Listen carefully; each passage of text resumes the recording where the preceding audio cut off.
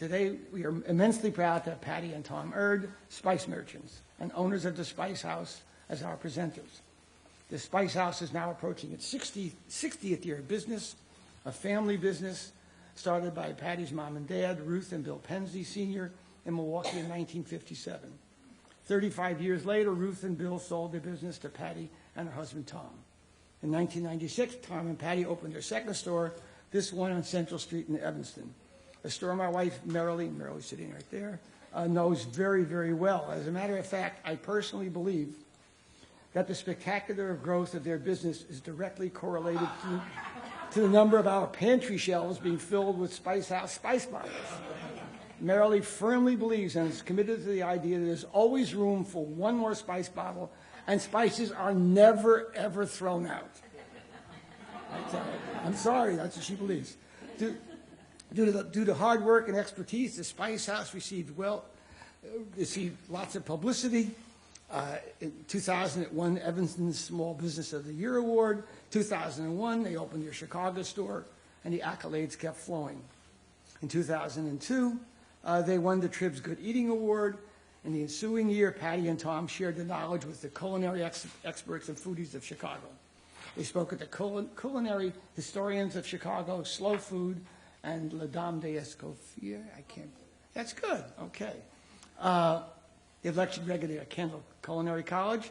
Alton Brown of Alton Brown's Good Eats taped a segment in their Evanston shop, and that fruitcake episode has now aired for over 10 years in a row at Christmas. Tom and Patty were invited to speak at a fancy surprise party for His Honor Mayor Daley. The special guest that dropped by at the end of the meal was none other than President Bill Clinton. Clinton had the honor of shaking the Erd's hands. They've had radio interviews with WGN, National Public Radio, All Things Considered, and the PBS show The Real Simple. Patty also served as a spice expert at the most recent IACP conference in Chicago. He sat on a panel with Maher Jeffrey, Jill Norman, and Nina Simmons, some of the top spice experts in the world. Tom was on Channel 2's Table for Two this November as a salt expert. I would love to be a salt expert. Patty and Tom have lectured in a myriad of prestigious places, including the Newberry Library, the DePaul Geographical Society, and the Cordon Bleu affiliated Culinary College, CIHC. And today, they get to speak at the Ethical Humanist Society in Skokie. So, Tom and Patty. That was great. Thanks, Matt. And thanks for having us here. This is great. Those are some scary sounding places that we spoke at, so this is a nice friendly community. Wow. And we're happy to be here. So Matt told you a lot about us already. This is my family business. We bought the business from my parents. We were just discussing, and I can't believe it's 25 years ago that we bought the business from my parents who were ready to retire. They semi-retired. My mom still has a store in Wauwatosa, actually, and they are about the same age we are, and we don't have any children, so we don't know quite what our path is going to be. So no one to talk into becoming spice merchants. But our store in Milwaukee was a very busy store in the heart of downtown on Old World 3rd Street. I don't know if anyone's been up there. We have Usinger Sausage across the street, Mater's. And back 25 years ago, you didn't have to do any involved internet surveys. You just looked at people's checks and saw where your customers were coming from. And we saw that we had a lot of Chicago area customers. So we thought, we want to go a little further, do a little something more, put our own fingerprints on the business. Chicago would be a logical place to open. Well, Chicago's a pretty big community, right? So where on earth should we open? But one of the things that we did while we still lived in Milwaukee, which was a tremendous amount of fun for us, because anyone in Milwaukee loves getting away to Chicago for the weekend, we worked on a line of seasonings that were going to reflect different ethnic neighborhoods. And my dad had this idea in Milwaukee, and imagine when we came to Chicago and we saw all the different pockets of ethnicity. So we would get this great book about the history of Chicago and the ethnic neighborhoods, and we would go and we would explore. And back in Milwaukee, people would give us advice about where to go and open. They'd say, you should open in Ukrainian Village. It's up and coming. The rents are cheap. Or you should open in Greektown. They use lots of cinnamon and baklava. Or you should open in Pilsen. They use lots of cumin and chili peppers there. And we get out our big atlas of Chicago, and those places, they wouldn't exist. So it's kind of like an inside code for Chicagoans that they know that these neighborhoods have borders. And we finally got a book that explained that. And we came down with the goal of creating these seasonings. Do you want to hold this up? So this is a box, which is going to be the door prize today. And in this, we have created seasonings which are very fun, named after neighborhoods. So Taylor Street cheese sprinkle. What's Taylor Street? Italian. So what flavors do we put in there? Lots of garlic, Romano cheese, Parmesan, basil, things found in Italian cooking. We have Pilsen Latino seasoning. This is a spicy adobo seasoning. We have back of the yards, garlic pepper. That's where a lot of German and Irish immigrants came and they made their livings in the slaughterhouses. So this is really our best steak seasoning. We took a little bit of artistic license with Lakeshore Drive seasoning, which is just green and expensive like the homes along the lake. But it is really good on fish, so there is a legitimate connection there. At any rate, so we had a lot of fun in Milwaukee doing this research and creating these seasonings, which are some of our best sellers, and they're our calling cards. And we opened in Evanston because we were a little afraid of the big bad city of Chicago, and we had to become a little bit acclimated. And then we opened in Old Town in the year 2000. And again, we had these ethnic seasonings, and now we were officially made in Chicago. So we did a little talk like this at the Cultural Center. And the head of the Cultural Center, she loved our talk, and she said, you know what? We're doing a surprise birthday party for Mayor Daley next month, and the theme is Ethnic Chicago, and the chefs are going to be cooking different ethnic dishes from different neighborhoods. Would you like to come and speak for the mayor? I'm like, okay. This was in 2000, and all they wanted us to do was to say what was in the spices. You know, they were using Lakeshore Drive on the sandwiches, and they were using Old Town Sugar on the dessert. And we just had to tell them what was going on in their food, you know, because nobody would know what Lakeshore Drive seasoning was. So, easy. So it's one thing to talk here among friendly faces. It's another thing to get all dressed up and go to a very fancy French restaurant. It was the old Maxime's. And we practiced our little 10-minute talk about 500 times at least. However, when we got up, my husband said, we have proudly named the ethnic seasonings you're going to be tasting in your meal today after the wonderful, diverse neighborhoods of Milwaukee. It was terrible. It was like, you know that commercial where they say, you want to get away? It was like that. My face just went red. And then I thought, well, I wonder if I should keep going with it because it sounds like a joke. You know, it was horrible. You couldn't think fast enough to pull that one off, though. So anyway, we got to sit down. We got to have lunch with the chefs that were cooking. So we spent the next 2 hours next to Rick Bayless and Gail Gand, who had a Food Network show called Sweet Dreams, and Peter Burkhoff of the Burkhoff Brewery. So it was still a nice networking opportunity for a brand new spice company in downtown Chicago. And finally, it was time to leave. And mercifully, it was time to leave. And then the mayor said, please don't leave because a special guest is dropping by. And if you leave, it'll look like I don't have any friends. So as Matt told you, the special guest was pretty awesome. It was the President of the United States, Bill Clinton. And we were told to basically stay in our chair. And the president would come over and meet all of us. Tom said, can I use the restroom? I'm like, no, sit down.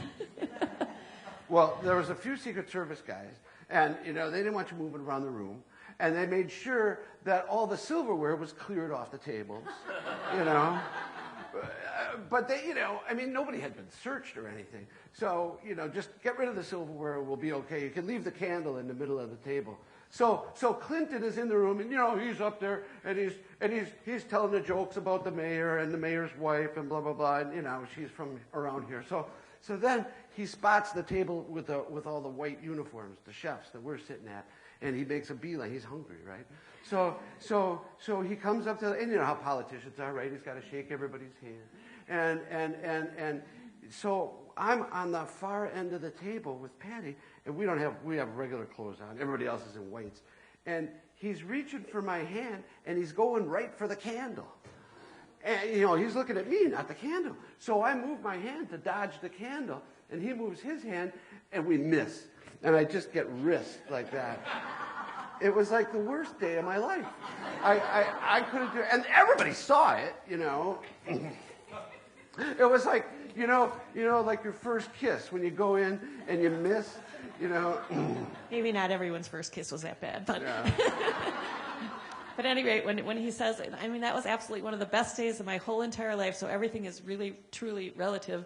But that night when we went to bed, he's laying in bed, and I see him going like this, like over and over, like, can I please get a do-over? Anyway, that's basically our one Cinderella at the ball story that kind of confirmed that it was a really great thing that we moved to Chicago, because a lot of wonderful things have happened to us here that just could not have happened in our wonderful hometown of Milwaukee, because it's just a small town. It's a wonderful town. But anyway, today we're going to talk a little bit about what we call in the spice trade the master spices, and we are going to start out with the king of spice. So what spice do you think would be king?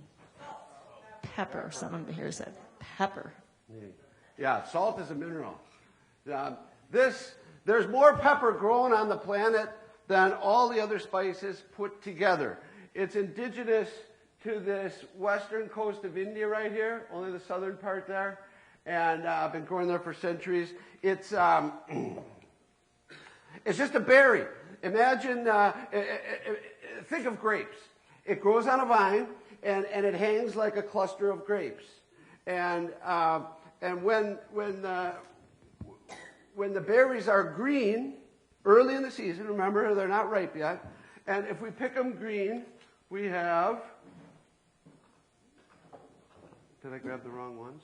Green peppercorns. For those of you in the back, these are green, okay? But in front, you can see that these are green. And it's just like a new grape. New grapes are always green. If we leave them on the vine longer, they turn colors, just like grapes. These get, they don't turn purple, they turn kind of a dark red or reddish brown. And then we lay them in the sun to dry, and they get even darker, and the skins wrinkle up. Think of a raisin, okay? And the skins wrinkle up, and that's what we call black pepper. For the people in the front, you can still see lots of reds and browns in there. In fact, the reds and the browns are better than the blacks. Those are the best ones. If we soak these in water, the outside shell swells up. And you can rub the shell off. And then what's left is the inside, white pepper. Okay? So it's all the same plant. Thing is, but for centuries and centuries, nobody knew that. See, pepper has been being traded around the world since they figure at least since 2000 BC. Back then, the tribes at the bottom of Arabia here, the Manaeans and the Nabateans, controlled the spice trade. They had figured out how to, and this is before they even invented nails. They had figured out how to sail across here to India to trade for. A lot of spices grow in India, not just pepper. So the Manaeans and the Nabateans would go to India, trade for spices, come back here, sail up the Red Sea, and then trade them for a lot of money to Europe. This is way before oil wells. This is what they did for a living, you know. And now sometimes they would go overland, but a lot of times they would just, there's monsoons there. The wind goes one way in the spring and one way in the fall. And they would know that. You know, they would ride the winds to India, wait for the wind to change, and ride it back to Arabia. So, you know, by the time the pepper or the other spices got up to Europe, they were very, very expensive. So 1000 BC, all the way up to like 1300 AD. So you're talking about 2,300 years of the history of man. Pepper was incredibly expensive in the West. Only the rich people had it, really, really rich. And the royalty, and of course the clergy had it. So these clever spice merchants, these clever Arabian spice merchants, they would never tell the Europeans that these are the same plant. No. You want these? These are very expensive. You got to pay a lot more for these, you know, because they're very rare. And you know, the Europeans like them more. You know, they still do. You go to France, and most of the time they want to use white pepper. You know, you don't want to see it in the food. You know, this stuff, this is for those crude Americans. So for centuries and centuries, Europeans always thought that this was very rare and expensive, and this was more common, and blah, blah, blah. And until the 13th century, there was a friar in France. His name was Bartholomeus. So that would be a French friar? A French friar, yes. And, Sorry, there's not many good jokes in the spice business, really. And Bartholomeus was clergy, right? So Bartholomeus, he's got black ones and white ones, and he's a little bit of a scientist. And he was cutting them open and looking at the cross section of the peppercorns. So if you look at the cross-section of a black and a white one, they're exactly the same, except for what? The outer shell, right? So Bartholomeus figures, he goes, oh, these got to be the same plant. The insides are exactly the same. They taste a lot alike. And the only difference is this outer black shell. So he writes a letter to the bishop. And the Catholics found this letter in an old abbey in France. Now they got it framed and it's in Rome. But in the letter, Bartholomeus is writing to the bishop. He says, now I don't have an exact translation, but this is close. He says, Mr. Bishop, it must be, I think that the white ones and the black ones are the same plant, and it must be that in the land where the peppercorn trees grow, the peppercorn tree forest must be infested with serpents and snakes, right? And the people can't get in to harvest the pepper, so they set the forest on fire, and it drives out the snakes. And then when the fire burns out, they go in and harvest the pepper. And the pepper that gets burnt is the black one. And the pepper that escapes the flames is the real expensive white one. It didn't get burnt, That's why these are black, they got toasted, So that made sense, And plus, back then, 13th century, if it came from the clergy, it had to be true.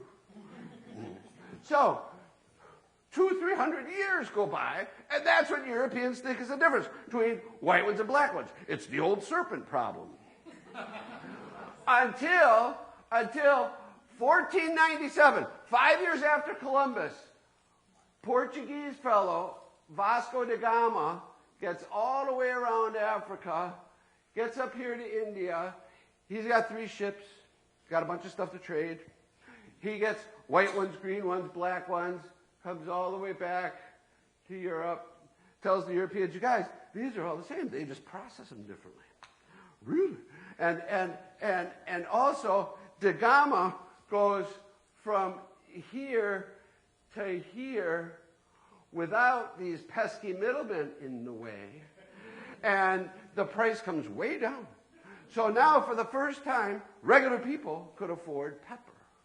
Okay? 5 years after Columbus. That was on Columbus's shopping list, Hey, Chris, bring back the spices. But America got in the way. We love the stories that the Arabs tell. They're very creative, and I suppose some form of early marketing, really. So one of our other favorite stories, this is a piece of cassia cinnamon, and the Arabs said this grew only in the mountains of Bacchus. So Bacchus is the god of wine and revelry, and when wine was first created, it didn't have a wonderful flavor. It wasn't so refined as it is today. It didn't have a wonderful flavor. They felt good when they drank wine, but it didn't taste all that good. So very often they would mask that with the addition of sweet spices. Cinnamon would be on the top of that list. So only grew in the mountains of Bacchus. No man could reach these mountains, but gigantic birds would fly up into the mountains.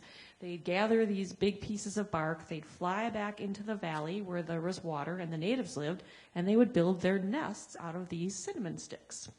So the natives were very clever, and they had a roost where they would lay out donkey carcasses, and these birds must have been like giant pterodactyls because they ate meat. So they would go down and they would take the donkey carcasses back up to the nest for the baby birds. The weight of the meat would eventually cause the sticks to start to crack. They would come tumbling down. The natives would rush in at great peril to their lives from these flesh-eating birds. And gosh, don't you think you're going to have to pay a lot for that? Of course. There's a lot of labor involved in there and a couple lost guys. So when I say this is cassia bark, this is not a true cinnamon bark. We're going to talk a little bit about the different kinds of cinnamon. We carry 4 of them. In our continent, in the 21st century, most of the cinnamon is this one. And you've probably seen this before, cinnamon sticks, right? Okay? Does not grow in the mountains of Bacchus. Okay? It grows here in Indonesia. And in Indonesia, they cut the bark off the branches with a curved knife. And then, it's long, like that. And then they lay it in the sun to dry. And then as it dries, it curls up. Think of like a birch tree. You know how the bark comes off a birch tree and just wants to curl? This stuff does the same thing. So when you look at a cinnamon stick, you know, it's a piece of curled up tree bark. Okay? And then we run it through a saw. See how the ends are straight? Okay? God doesn't make the ends straight. Okay? We run them through a saw. We run them through a saw and cut them. So these we cut at 12 inch. Or you go to the grocery store and you get them this long. Okay? We can cut them wherever we want. Okay? So cinnamon is tree bark. Then what's ground cinnamon? Yeah. Sawdust. Right? It's ground up wood. Okay? Now, we're going to pass this around. This is Indonesian cinnamon. And the way you taste this is you put some on your hand like this, pass it to your neighbor, tap your finger on, taste it, and then right on the floor. Keep the place smelling good, okay? Okay, Matt says it's okay. All right? So here you go. Indonesian cinnamon right on your hand. Pass it to your neighbor quick. And keep it going. Don't worry, I got hundreds of pounds. Okay? Yeah, and then right on the floor, just keep it smelling good. Okay. Okay, now, while you're doing that, you still got to listen. Okay? The tree that it comes from is called Cinnamomum cassia. C-A-S-S-I-A. That's a botanic name, the Latin term. Cinnamomum cassia. Was not the first stuff to get to Europe because it comes from so far away. The first stuff to get to Europe was this one. Okay? And this one is called Cinnamomum zeylanicum, which is the Latin term for the cinnamon from Ceylon. Ceylon is this big island here off the coast of India. Now we call it Sri Lanka. Now, in Sri Lanka, the trees grow different. It's more like a big bush. And it just grows on public land. Like here, you know, you want to get a fishing license and go take fish out of a lake. Okay? In Sri Lanka, you buy a cinnamon license so you can walk onto the public land and you can harvest cinnamon. And you take it back. You have to cut it off. You know, cut it off about a foot from the ground so that it regrows. And it's like catch and release. And they take all the cinnamon wood back to their little hut. You know, they turn on a little radio and they peel this thin bark off the bush branches.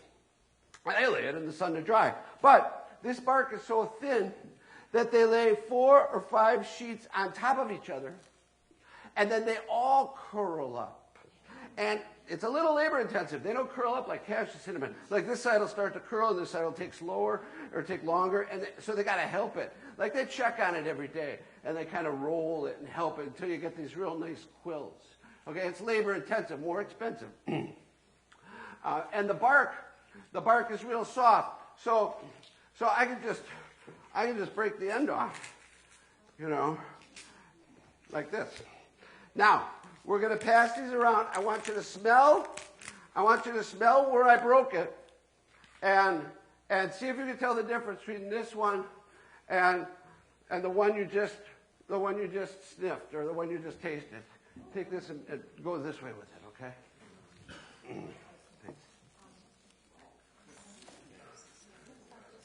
Yeah, Tim, if you could just kind of accommodate the cinnamon sticks so that everybody kind of gets them. Smell where we broke it. No, up on top where we broke it. There, can you smell more there? Is that where I broke it? Okay. It smells more like cloves. Yeah, you know, it's... some people say cinnamon, or say orange. Some people say orange, but yeah, there's common elements with cloves in it. Okay, now... in the spice trade, we grade cinnamon. How do we grade it? We grade it by oil content. How much oil's in it? When I say oil, I'm talking about volatile oil. Volatile, reacts with air, gets in our nose. That's what they do. Okay? So, the one you tasted from Indonesia, 2.5% volatile oil. The one you're sniffing from Sri Lanka, only 1.5% volatile oil. This stuff, this is macho cinnamon. This is 6% volatile oil, and this one comes from Vietnam and southern China, right up in here. along this coastline. Okay? So now we're going to give you a taste of this one and see if you can tell the difference. It's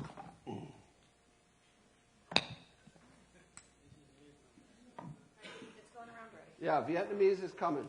Okay, you got them all passed? Okay. Okay, so the first one you tasted was Indonesian. The one you're smelling is Sri Lanka. And now this last one coming around, Vietnamese. Okay? Now sometimes they say Saigon cinnamon. There is no more Saigon. Now they call it Ho Chi Minh City. But we didn't change the name of the cinnamon to Ho Chi Minh City cinnamon because nobody'd be able to say it. So the spice trade still calls it Saigon cinnamon. We like the old names. They're much more romantic. We're in the business primarily for culinary application, but it doesn't hurt at all that a lot of spices are being brought back for their medicinal uses. And for us, sometimes it takes a while before the light bulb goes off, but we had one summer where everyone who's in the store was buying cinnamon. Cinnamon is usually a fall and winter spice for baking with, so we cannot figure out why everyone in the summer is buying cinnamon. And finally, a customer comes in with a study that says, oh, have you seen this? It's a study from Rutgers or Johns Hopkins. And two great studies came out within about a year of each other about the great effects that cinnamon has on leveling blood sugar for type 2 diabetes and so also for lowering cholesterol. So that's kind of a fringe side benefit. And cinnamon, of all the things to put into your daily diet, you can put cinnamon in basically whatever you're having for breakfast, toast or cereal or your coffee. And then one other fun thing about our history is we had a visit from the one and only Julia Child in our store in Milwaukee, and she got a long list of places that were food places, and she chose us as one of her stops. And we were super excited to show her this Vietnamese cinnamon because at the time she came in, the trade doors with Vietnam that had been closed for a couple decades had just opened up. The cinnamon was always there. We just did not have access to it. So Julia, you have to try this new to us Vietnamese Saigon cinnamon. It is just amazing. See how hard this is? It's like a baseball bat. She took this stick out of my hand and took a giant bite out of it. Yeah. We wanted her to taste like you guys, like this, right? No.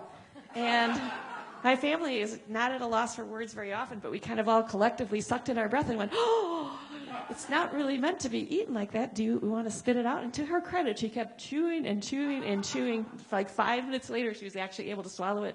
And she said something like, oh, my dear, thank you for sharing. That was absolutely delightful. So I have a cinnamon stick signed by Julia Child, one of my prized possessions. It says Bon Appetit on it. Yeah. Now, another spice known since antiquity is ginger. Anthropologists have found ginger in southern Chinese tombs that are over 3,000 years old. Now, the Chinese did not put ginger in their ancestors' tombs so that they'd have something to munch on in the afterworld. They put ginger in their ancestors' tombs so that they would have medicine in the afterworld. Even 3,000 years ago, people knew that ginger was very effective medicine. It's very good for anything that ails the tummy because it's an alkali. It neutralizes acid. So it's real effective for stomach aches. And it's really good for colds. I guess 3,000 years ago, people had colds, too. So, and really effective. So, now, by the time man started writing, and we're talking about the Ayurvedic writings, which date to, I don't know, it's around 1000 BC in here, ginger had already reached India. So anthropologists know that it's indigenous to tropical China here. But by the time man could write, it had already traveled through here, had been planted in India here, and by the time the Romans got down the Red Sea here, they were taking ginger from the Horn of Africa and southern Arabia back to Europe. So that was about 50 to 500 AD. So ginger traveled real fast. There is no more ginger wild on the planet. It's all the ginger known to man is cultivated. But it's real easy to cultivate it. It's not a root. People say ginger root. It's a rhizome. But all you have to do is break off pieces of the rhizome and replant, and it grows. But it's very, very tropical. Ginger will only grow plus or minus maybe 10, 15 degrees of the equator. and it needs a lot of rain. So, you can't grow ginger in Florida, too cold. So the Romans basically got very excited. They would sail into Rhodes, and they found a baker that had an exciting new creation, which was a bread that was flavored with ginger. And they liked the taste of this, something different, but even more, as they kept this bread, it didn't deteriorate because ginger was preserving it. So it was a great traveling food. So they would take this along with them, and it also aided digestion. Like Tom said, they would take this along to these little countries they were conquering, and basically the Romans spread ginger throughout all of Europe. And we know that even our American revolutionaries had ginger in their rations, which is kind of odd if you think about it, coming from all over the other parts of the world, that it would end up in revolutionaries. Yeah. The Romans took ginger to England, and the Brits love this stuff. If a person has red hair in England, they call it ginger because of its fiery temperament. In the Middle Ages, pub keepers would have big jars of ginger behind the bar. So when a guest would be sick or had a cold or a stomach ache, they would put ginger in their beer and then take a hot poker out of the fire and stir it up, and you'd have this warm draft, and your cold or your tummy ache would feel much better. So I think as the wife, when my husband says, I'm not feeling so good, I have to go to the tavern to get my medicine, I want to say, perhaps maybe you should just be going to bed. Oh no, it's where the medicine is. Now we say ginger ale, and it has sugar in it, but it was originally ginger with your ale, and it goes back to the Middle Ages,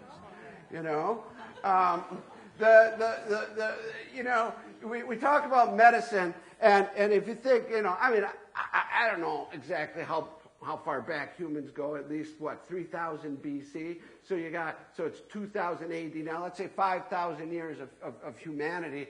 5,000 years of humanity. I think the oldest pharmaceutical company is maybe 100, 150 years old. So the doctors back then, they didn't have pharmaceutical companies. For most of the history of the planet, didn't have pharmaceutical companies. So all you had was, you had plants, you had parts of animals, and you had minerals to use as medicine.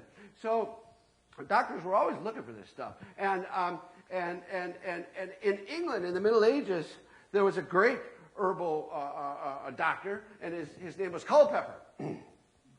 And Culpeper wrote this big book where he describes all the plants and how to use them, for future generations. And in his book, Culpeper would prescribe ginger for his patients who were weak in the sports of Venus, which is a proper British euphemism. So they were using it for far more than just colds and tummy aches. We do laugh because when we research spices and herbs as well, every bit of research says strong aphrodisiac. Again, probably really great early marketing. But my husband and I have been surrounded by spices. We've been together 38 years, and we live and breathe spices daily, yet we do not have any children. Yeah, that's early marketing.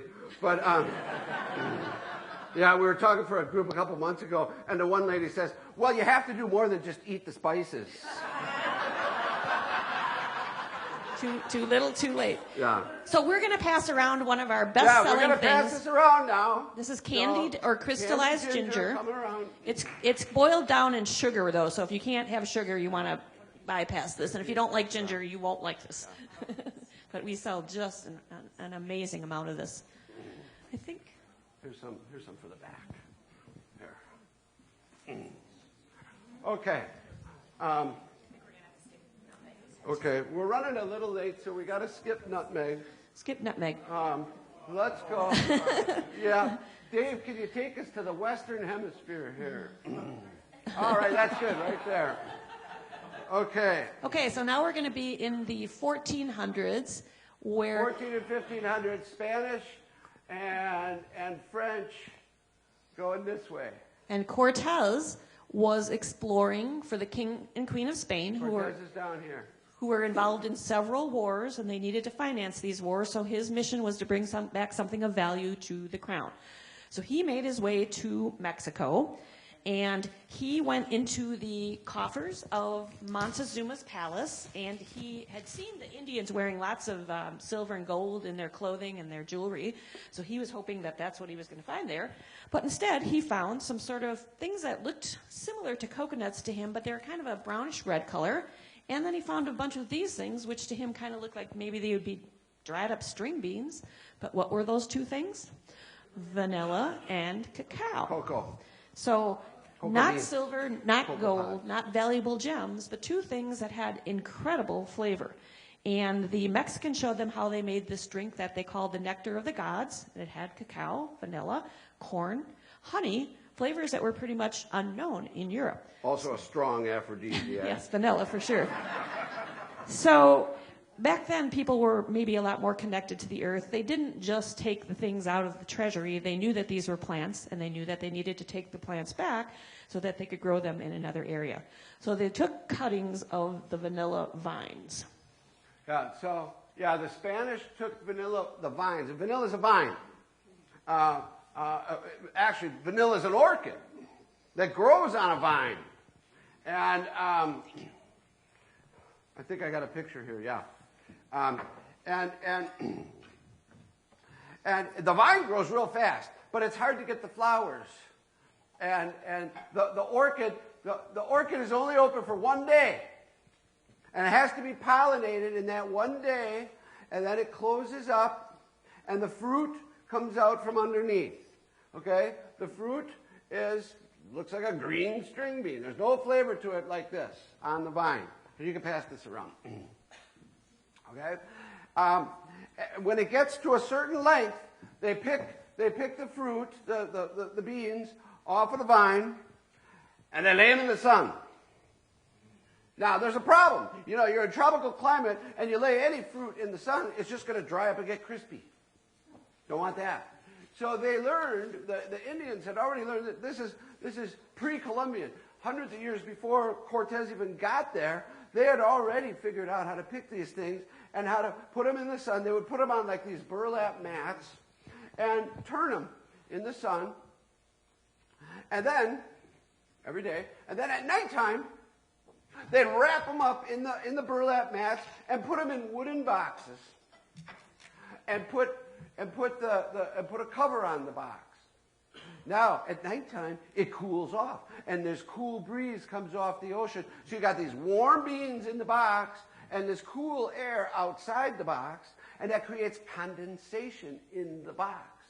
You know, dew in the box. Then the next morning, they open up the box, and you got these damp beans. They take them out of the box, and they put them back out in the sun. And turn them a couple times. Next night, put them back in the box. Cover them up with the wood. Okay, we're running out of time. This goes on for 6 months.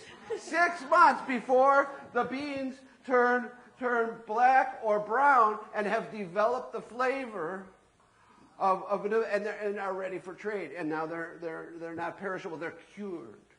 Okay, so it takes a while. Now we've tried everything in the spice trade to speed this up. You know, we tried blanching them, and we still do. You blanch them in hot water. That speeds them up by about a week. But God ain't going to let us go any faster. You know, that's how long it takes. And the best vanilla beans really, it's not so much growing the vanilla beans that's so difficult. The best beans are cured properly and with the right amount of time. You know, a lot of times we try and get, because they're so expensive, we try and get cheaper beans from Africa or cheaper beans from Indonesia or here and there, and we get them in and we have them for 2-3 months, and phew, there's white fur on them. You know, not cured properly. Okay, so the best vanilla beans have to go through that long curing process. Okay, so we want to finish with the most expensive spice in the world is saffron. Yes, saffron. Why is saffron so expensive? Does it take longer than 8 years like vanilla beans do, start to finish? Nope.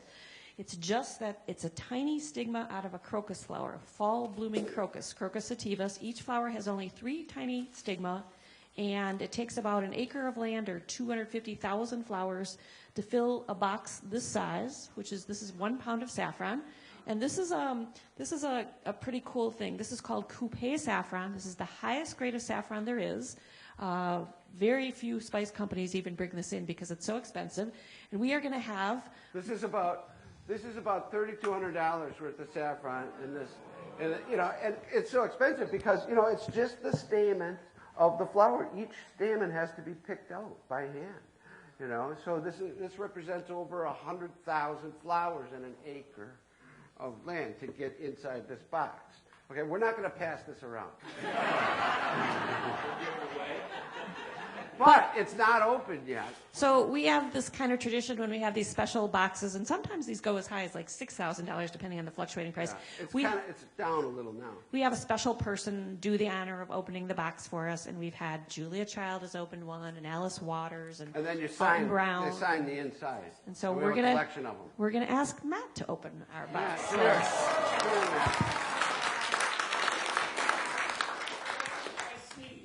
Matt. We'll put it on your wife's tab. Yeah, you can't do the Woody Allen on this. Don't worry. Okay. Here, there's just a strip around it. Here, face the camera here. Or do you want to put it on the table? I'm really nervous. I'm missing drugs, but nervous.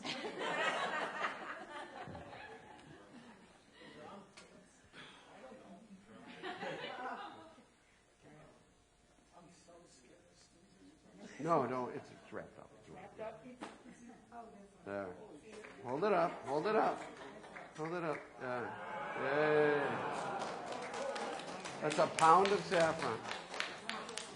Now imagine there's only 3 of these tiny little stigma in every flower. Stamen. I don't know. It's one. It's either Matt says, is it a stamen or a stigma? I don't know. It's one of the two. It's the red one. Thank you. So you're welcome to come up and smell it, even though we're not going to pass it around. Smell anything we have here. We have to stop now. We could talk an hour on nutmeg and just vanilla alone. But you're going to have time for questions in a bit. Yeah. Okay.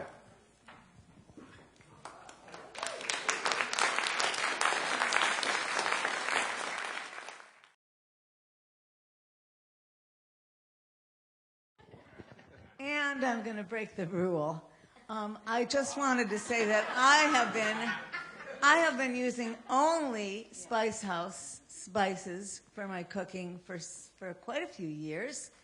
And once you try them, you will never want anything else because they smell different, they look different. And last night, Matt and I had a new members, welcome get together at my house. And anyone who was there can vouch that the chili was really, really good, and that's because of your spices. Thanks for breaking the rules. Okay, since the rule was broken, I'm going to make a comment as well. I'd just like to say thank you for making the hot curry powder that you have for years, because that solved many of my problems I have asthma, I have colds and allergies, and that is the best thing in chicken soup to be able to break up any congestion. Yeah. Thank you. We actually had a customer in Nepal that ordered curry powder from us, which is quite the testimonial. I had an old recipe for banana bread. It called for a teaspoon of vanilla. I use a tablespoon of your double-strength vanilla. And no one's ever said there's been too much vanilla in my banana bread. My question is there known to be a toxic level of vanilla? Well, there is alcohol in extract by nature. That's the FDA rule. So you're looking at a third alcohol. So we've had employees that were drinking the vanilla extract, which is a very bad sign. So just got to be careful of that. Yeah, but no, there's been no studies on toxicity of vanilla, so don't worry about that. But the double strength, the single strength is interesting because the FDA requires so many pounds of bean material to create a gallon of extract. So let's say it's 100 beans, which roughly it is. if you use 200 beans to make the same gallon of extract, that becomes double strength, or the bakers say 2 folds vanilla. And so we carry both the single strength and the double strength.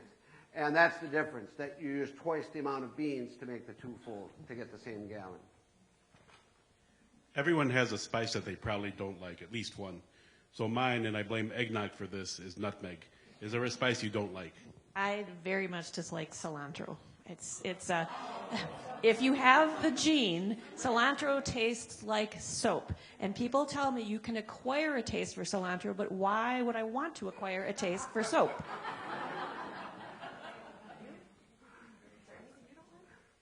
No, I like them all, you know. I like them all. Expiration dates. How long do How spices long last? do That's spices last? Go ahead. But keep it short. Keep it short. Okay, what gives spices the flavor? Remember I talked about cinnamon and volatile oils. So how long do spices last? If I have whole spices like this, here, smell this. There's not much going on, right? Right, but you tasted it, and there was a lot going on, all right? So the volatile oils are packed in the cell walls. They're not going anywhere. They find spices in archaeological digs that they can still identify. The oils are packed in the cell wall. The oils are what give us all the flavor. So whole spices like this, you can keep for years and years. You can bequeath these to your grandchildren because the oil is packed in the cell wall. It's not going anywhere, okay? Once you grind it up, now I broke open the cell walls. Oil's getting out. You can't turn off the faucet. It's evaporating, evaporating, evaporating. I guarantee you 2-3 years down the road, this is just going to taste like sawdust. Remember, that's all it is, ground up wood, okay? Okay, because the oil has evaporated out of it. Okay, so whole spices, years and years. Ground spices, we say 1 to 2 years in a good container. Okay? Does that answer the question? Freezing, you know, these are tropical plants. Freezing helps them not clump up in that, but things dry up in a freezer too. So that helps it taste a little better, a little longer, but it's not gonna keep it for 20, 30 years, you know. We're going to go to he's passing the mic around, so he'll get to you with the microphone for questions. Wondering, do you either have classes on spice use and I also was wondering too, because I love hearing about the geography and the history and the people. That's the coolest thing to me. Is there a book that you would recommend about the history of spices? You read a lot of history books about spices. There's many, many ones. There's several. And, you know, off the top of my head, I'm trying to remember. I've got racks of them. A really, really good one that's short that talks about the nutmeg and mace wars between the Dutch and the English is Nathaniel's Nutmeg. Really good one. You read that in 2 days, and it's great. Nathaniel's Nutmeg. Yeah, it shouldn't be hard to find. Or if you shoot us an email, we can get you some titles. We're just old and stuff doesn't pop into our head right away. Another one called Dangerous Taste. Dangerous Taste is Andrew Dalby. Andrew Dalby. It's a little tougher read. This guy is a linguist, and he follows the names of the spices through the language origins of it and traces it back to ancient origins. That's called Dangerous Taste. That's a little tougher read. And then there's, I think, The Flavor of Conquest. That one's really good. And then as far as classes go, we kind of go out and do these, but Matt was just telling us this venue is available for rent, and maybe we should be doing classes where we could do a whole hour on the baking spices and an hour on the savory spices. And so wouldn't that, and this is just a great spot. Okay.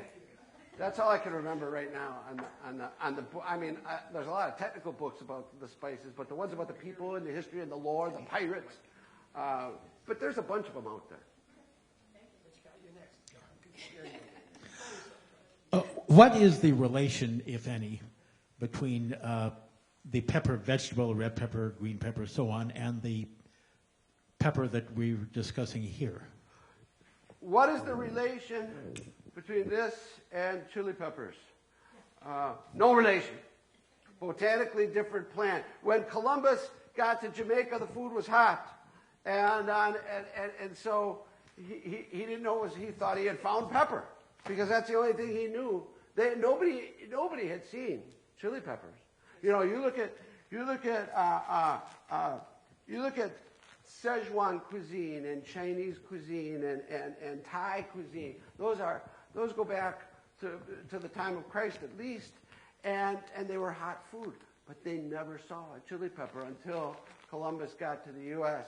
He saw them growing in the Caribbean. On his second voyage, the ship's doctor says, "Hey, Chris, it's not these little black berries that are anywhere that is making the food hot. What's making the food hot are these little red pods growing all over the place." Nobody had seen these before. Chili peppers. They brought them back to Spain. They loved them. They spread through Africa. The Ottomans took them into Europe. They planted them in Hungary. In Hungary, they couldn't say, well, first of all, Columbus and his doctor thought they were related to pepper because they're hot. So they called them pimenta, because the Spanish word for pepper is piment. So these were called pimenta. When they got to Spain, they called it pimento. So now all chili peppers in Spain are called pimento. And that's what goes inside your olive, right? The pimentos. By the time it got to Hungary, they couldn't say pimento anymore, so they called it what? Paprika. They're all the same place. They're chili peppers. No relation to pepper at all. The Spanish, when they named them, thought they were related because they were hot, so they called them pimenta. So that translated to pepper, and so we still call them red peppers. Not related botanically at all. Okay? Does that answer the question? Yeah, well, what about green peppers and that type of? Green bell peppers? Same species. Capsicum annum. Not related at all to Peper nigrum. Are there different types of fennel? I've been trying to make my... Oh, it is light. Are there different kinds of fennel? I've been making my own Italian sausage, and we were recently to somebody's 50th anniversary, and they served Italian sausage, and it was just like, what have I been doing wrong? Fennel is an essential ingredient in Italian sausage, but no, most fennel grows, in the Eastern Mediterranean, and India grows a lot, Egypt grows a lot. It's a cheap, it's a bush and it's a seed, and it doesn't seem that the origin matters much. What matters is how old is it? Is it 10 years old? Because remember, it's a whole seed. So maybe we keep it for years and years, in warehouses and things before it hits the shelf. Or was it harvested this year? That helps a lot. And number two, in Italian sausages, a lot of butchers will crush or break up the seeds before they put it in the sausage. That releases a lot of the volatile oils. Rather than leaving the seed whole, they'll put it in a blender and just bust it up a little and release that volatile oil, and you'll still get that fennel seed al dente to it, but you release the volatile oil. So a lot of people do that. It's worth a try. Yeah, we've even had butchers ask us for ground fennel, fine ground, in the Italian sausage to get more of the flavor out. I bought that too. One other observation, during World War II, the sailors used to, in our U.S. submarine service, used to order huge volumes of vanilla. While they were out at sea, they used to boil it, get out the alcohol, and throw everything else away. Yeah. I can ask you about a stripper named Pepper, but I'm going to forget it. Hi, I'm obsessed with your store, and I'm your secret marketing representative because I tell everyone, even people in Barcelona, Spain, where I just recently visited, I'm in the process of opening a raw food cafe, and as a raw foodist, I'm trying to learn how to make specialty sauces like curries, Italian, things like that. Can you kind of teach me how to do that without it being cooked? Well, we're not chefs, and I mean, like if you go to the butcher and you ask him, tell me, how to marinate this meat in this and that, and then how to cut it, and then how to serve it. The butcher will go, I just know this is a good cut and this is better than this cut. We're kind of like that. We're like, I can tell you what the better spices are. you know, and what they're used in. But when it comes to making the sauce and doing the cooking, I'm not going to be nearly as good as you. He does really good at I reheating mean, I can soup. hold my own in the kitchen, but not like you. So, no, we don't really do cooking classes because we're not, I mean, Patty's a good cook, but, you know, it's pork chops and steaks and stuff. But, you know, so, yes, we certainly can. We can help you with that. And yeah. in many countries, spices are roast to bring out the flavor. In fact, I just put a Facebook post about that from Serious to Eat's, a really good article. But in this country, we don't do that so much. So basically, we're using seasonings that haven't been cooked or roasted, and our curry powders are fabulous, and they don't have to be roasted. So right. yeah. And raw food people don't want them roasted. And in our shops, we try really hard to hire, if we can, people that went to culinary school or that absolutely love to cook. So anyone you're talking to in our store, I mean, they're trained. They're trained chefs, a lot of them. So we'd love to work with you, for sure. Right here. Okay. Simple question. We use spices today as a flavoring, mainly. Historically, spices have been used as a preservative, I think. And so are all preservatives spices? Salt is a preservative. It's not a spice, is it? No, it's a mineral. So, okay, the preservative effects of spices has been known for centuries, and a lot of spices are preservatives, especially nutmeg, pepper. Salt, of course, was the original preservative. That preserved everything. The reason charcuterie and the reason the Germans are so good at making sausage is because that was a way of preserving the meat over the winter, you know, when they didn't have livestock. And why do spices go in sausage? Because it preserved it. So that was the number one thing. Mustard is a strong preservative. Ginger is a strong preservative.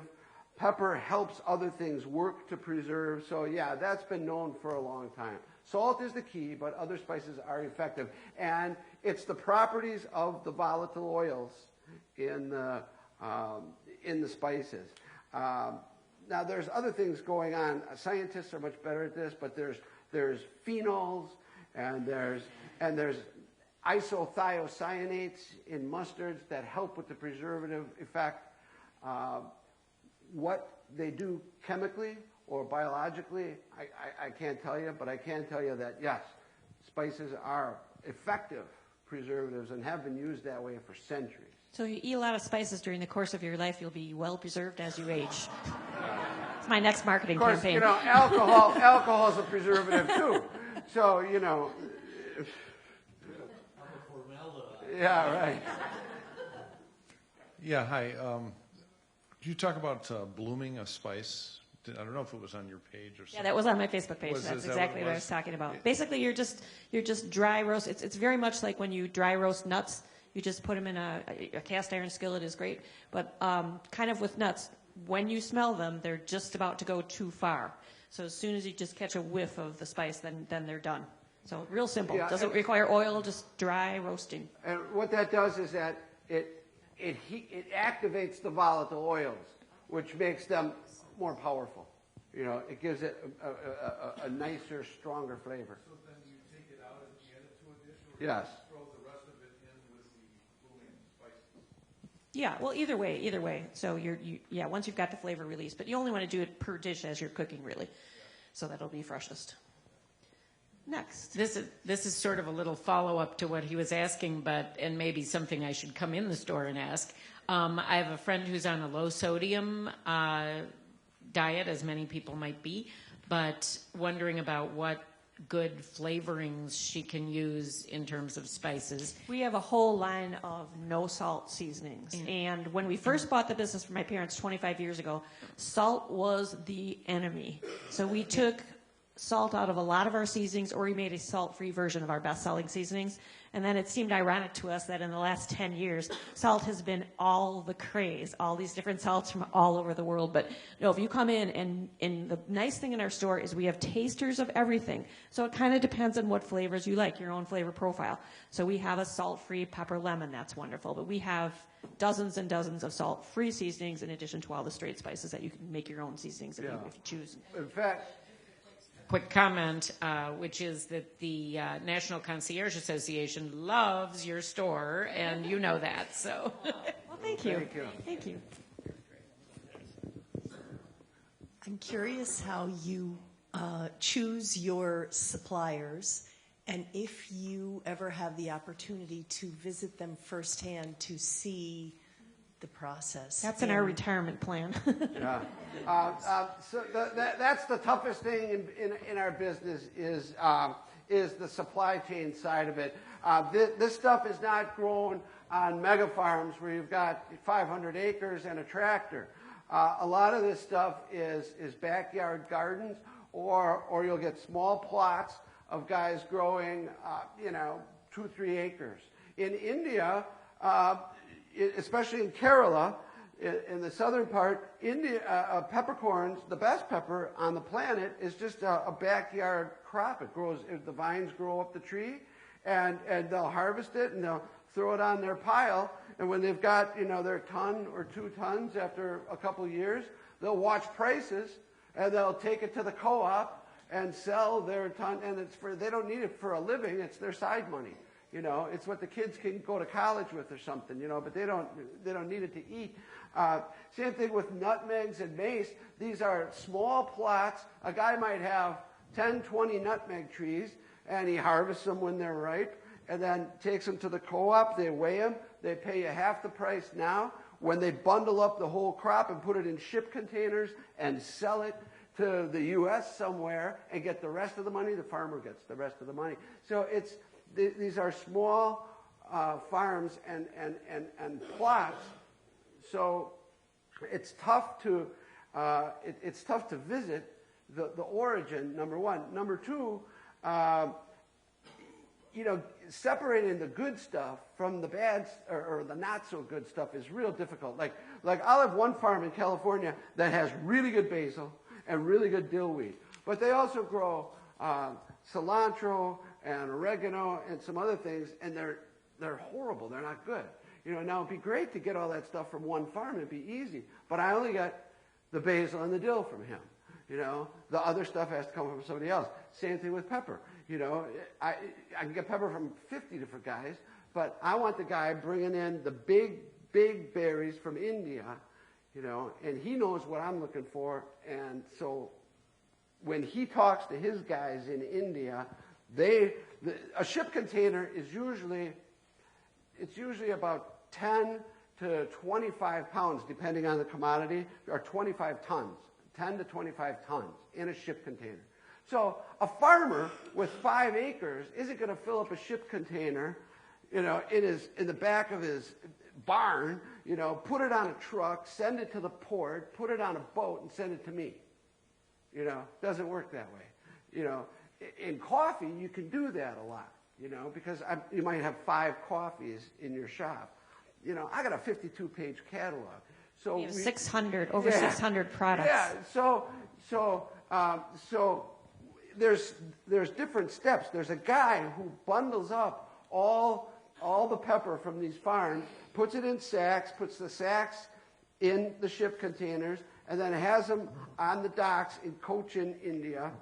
And then he's talking with guys in New York and guys in Singapore that have customers for container loads full of this pepper. One of them is the broker that I use, but the broker that I use knows that 3 of the tons in that container have to be this kind of pepper because that's what the Spice House wants. Okay, and they do that 3-4 times a year. So it's a network of stuff going on. You know, now from time to time we go to Jamaica and we visit the Allspice farm, you know, and we go to Mexico and we visit the vanilla lady. We who's actually got sent the a couple plants guys to growing. Mexico, which is really good because they drank lots of tequila late into the night, night after night after night. Boy, these guys looked terrible when they got back. but But you they know, visited but you know, so it's hard to get the good stuff, you know, and that's the constant struggle, getting the good stuff from the average stuff. When you spoke about ginger being located in the southern part of China, and then you also said that it was located in India, was it brought in from China due to the fact that it was wild into India, or was it both located in both areas? Anthropologists think that it's indigenous to southern China, the hot tropical part, and people moved it. People moved it 1000 BC. We're moving. It was. Yeah, they knew. Well, the Chinese knew this stuff was. Hey, I got this stuff that's great for a tummy ache and great for a cold. Really? You know, give me some of that. You know, and it was, boom, boom, boom. It moved real fast. So, but people moved it. Birds didn't take seeds from place to place. Hi. So, who in your organization decides on the mixtures of how you come up with all these fantastic spices? For instance, we love the Milwaukee steak spice, which those are just delicious. And then the one I bought the other day, I bought both of them, was the maple garlic, which we use on whiskey steak. I marinated in whiskey, and then I put that on there, and what is it? On bacon. On bacon. Oh, Yeah. you put that on bacon. And I mean, you could eat 12 pounds with no problem at all. it's a Yeah. collaboration, and again, as I said, we have all these culinary students. Our staff would love nothing better than us to say, go in the back and come up with a new seasoning. And we have many, many ideas for new seasonings, but it's our problem. It's very difficult to take them from creating them is the easy part for us. And then taking them and putting them online and getting labels for the jars. And now we have a POS system, so everything's got to have a SKU number. And it's kind of gotten beyond spices for us. But we have a lot of different people doing the creating. And a lot of our recipes are my dad's original recipes from 50 years ago that he created. Yeah, a lot of times these blends that you see in the catalogs are, you know, they're a response to the market. So remember in the 70s, you know, Paul Prudhomme and Cajun cooking was a big thing. And so everybody was cooking Cajun. Well, the Spice House didn't have a Cajun seasoning in the 70s. You know, it was a response to, you know, the way people were cooking. You know, the Spice House didn't have a shawarma blend 5 years ago. You know, now we've got a shawarma. You know, so Which Tom created. a lot of it is in response to how people have changed in their cooking. We'll respond with the appropriate blend. And our you know. number one bestseller, which is the one that is in your bag, is Back of the Yards garlic pepper. And people kept asking us for garlic pepper, and that is one of Tom's creations. So it's a lot of fun. And we had another one that we really like is called Vulcan's Fire Salt. And basically, my dad was down in Louisiana. He stopped at the famous Tabasco place. They pour off. It's Avery Island, where McElhaney Company is. That's So Tabasco. they pour off the Tabasco, but what's left is this salt mash. So my dad comes driving back through Chicago, and he dumps these big white buckets, like 50 pounds each, and says, here, I thought you guys could create something interesting with this. And it's this gooey red mass from the bottom of the Tabasco barrel. And we open this up, and basically we're like blown across the room because it is so strong and hot. But anyway, we all get together and we're like, okay, well, my dad dropped this off. We have to do something with it because Dad wants us to do something. And we mixed it with some jalapenos and some habanero and lime and cumin and shallots, and it's really good. And then my staff kind of laughed when I said, well, why don't we call it Vulcan's Fire Salt after the Roman god of fire? And they're like, well, Vulcan in Star Trek? Oh, I don't know, but you know that doesn't hurt. So we saw the total. Okay, Matt's lost total control of the room here. Couple regarding saffron, if we think the world is going to hell and gold isn't safe and U.S. treasuries aren't safe, is there a way to invest the Ethicals Endowment or something in saffron and make money? Also, when I was in Thailand a long time ago, you could buy a little package of saffron. I thought, oh, it's expensive, but here it's cheap, so I'll bring back a bunch home. What was I really buying, most likely? We have customers all the time that bring back saffron from Morocco and go, look, I got this for $1, and it's almost never, ever saffron. The best saffron, there's yellow stamens and there's red stamens. The yellow ones don't have much flavor. The red is always the best. As soon as these red threads hit liquid, well, not as soon, but in a minute or two, it turns the liquid yellow, gold yellow. In fact, they use this as a dye. When you in the Far East, the Buddhist monks, they're wearing the gold, the yellow robes. That's a sign of godliness. Those are dyed with saffron. A fella came in and bought a whole pound of this from us about 20 years ago. What do you do with a whole pound of that? He says, I have to redo I'm a glass cutter, and I'm an artist in stained glass, and I'm redoing the dome at the Capitol building in Washington. And all the yellow glass back then in the 1800s was dyed with saffron, and he had to recreate the yellow color. So he was using saffron to make the glass just the right color in the Capitol dome. So this has been used for a dye for We were sure happy to see that guy every time he came in. It is not a good investment. Saffron we use it far less in our cooking these days than we did just 20 years ago. 20 years ago, people were making paellas, and people were making bouillabaisse, and all these things. Nobody makes bouillabaisse anymore. Nobody makes paella anymore. So saffron use has actually come down some, which would not make it investment quality.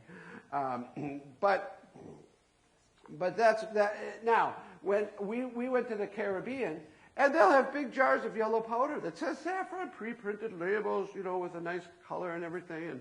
And you know what that is? It's powdered turmeric. Yeah. It's 50 cents a pound for turmeric.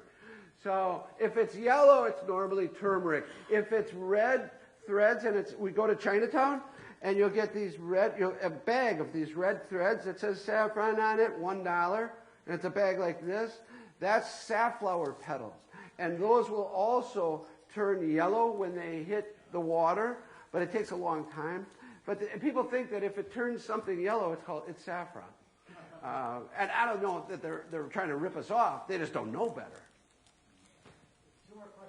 Two more questions. Hi, I've been to your store and I've bought your organic cinnamon, and it just is phenomenal. And what is that particular brand? Well, where is it from? Where is it from? The organic is real hard to source. We started out getting some Vietnamese like this, and we ground it up, and then they weren't bringing it in anymore, and so we had to get some lesser grade Indonesian organic material, and that's what we've had for the last couple of years.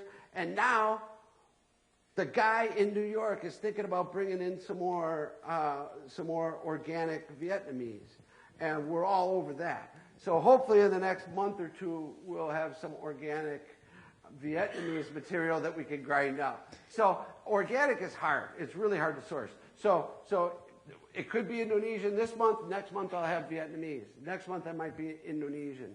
So I don't know. We got really excited to add organic product to our line, but unfortunately the organic quality doesn't match up with the farmers that we've been dealing with for many, many generations, and we hope that's kind of changing. So you have a more expensive product, not quite as flavorful. The only reason for it is to support the good of the earth, and of course most people aren't going to pay extra money for that. So we're kind of disappointed, but the line is coming up, and I even had Carol Mosley Brown, when she left office, she started selling this organic product line. So she made an appointment with me to come and show me her organic cinnamon. This was maybe a dozen years ago. And my husband's like, well, good luck with that. You're never going to be able to say no to her. She's going to be a super aggressive salesperson. And she came in, and we tasted it. And I said, well, come here, taste my Vietnamese cinnamon, and you'll see why I'm not going to buy your product. And it was that simple. But hopefully if you got a better product than that. Yeah. Lemon thyme, I've gotten from you before, and it seems spotty how you guys carry it. Yeah, another thing. Super hard to source. Yeah, I can't get it. There's like one guy in California that grows lemon thyme. You can grow lemon thyme in your garden, like a lot of herbs, but they're not commercially grown and harvested and dried and then packed up in boxes for resale. So there's one guy in California, and if I time it just right, I'll get him before he sells out to his California customers. So he's got like 4 or 5 California customers that he sells to. And if I could squeeze in there right when he harvests it, I get some from him. But there's one guy in the country growing it. It's a great product. I know. I like it too. But if I want it all the time, I got to grow it in the garden. There's okay. Lemon thyme. Lemon thyme, yeah.